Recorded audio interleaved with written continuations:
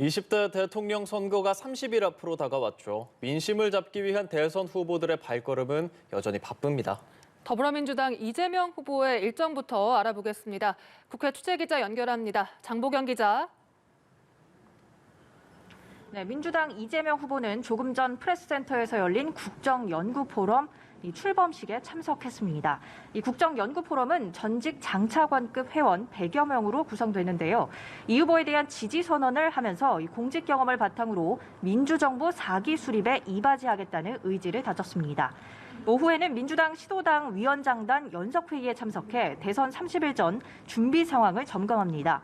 오는 15일 공식 선거운동 시작을 앞두고 권역별 상황을 점검하며 전열을 가다듬는 건데요.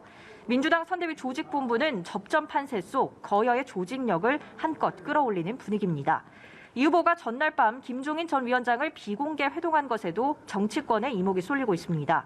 코로나 상황, 대외 경제 환경 악화 등을 논의했다고 알려졌지만 이 후보가 어떤 식으로든 도움을 청하지 않았겠느냐는 관측이 많기 때문인데요. 중도층을 향한 외연 확장 측면에서 소구력이 있는 김 전 위원장은 직전까지 윤석열 후보를 도왔다는 점에서 이 후보에게 실제로 힘을 실어줄지 주목되고 있습니다.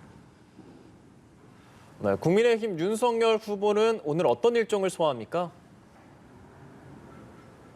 네, 국민의힘 윤석열 후보는 오후 대한상공회의소 대선 후보 초청 특별 강연에 참석해 경제 비전을 밝힙니다. 이 미중 갈등과 글로벌 경제 환경 등에 관해 한국 경제가 나아갈 방향에 대한 비전을 밝힐 예정인데요. 기업인들과 주요 경제 현안에 대한 질의응답 시간도 준비돼 있습니다. 야권에선 단일화 이슈가 또다시 수면 위로 떠오르는 양상입니다. 윤 후보가 오늘 공개된 한 언론과의 인터뷰에서 국민의당 안철수 후보와의 단일화에 대해 언급 자체가 예의가 아니다라면서도 배제할 필요가 없다고 밝혔기 때문인데요. 하지만 바깥에 공개하고 진행할 게 아니라 안 후보와 자신 사이에 전격적으로 결정할 사안이라는 단서를 달았습니다.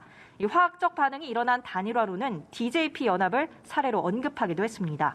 권영세 선대본부장은 후보의 입장과 다르지 않다고 힘을 실었고 단일화 마지노선에 대해선 일반적으로 얘기하는 것과 크게 다르지 않다고 답변했습니다. 정치권에선 노무현 향수를 자극하는 메시지가 이어지고 있는 가운데 국민의당 안철수 후보도 가세했습니다.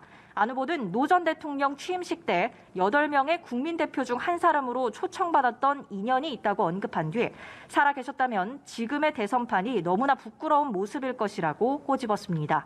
그러면서 진영 정치를 타파하는 일에 미약하지만 자신이 겪고 있다고 강조했습니다. 정의당 심상정 후보는 연금 개혁안을 제시했습니다. 국민연금 보장성 강화, 기초연금 40만 원 인상, 공무원 연금 등의 특수직역연금을 국민연금 방식으로 통합하겠다는 내용이 담겼습니다. 지금까지 국회에서 전해드렸습니다.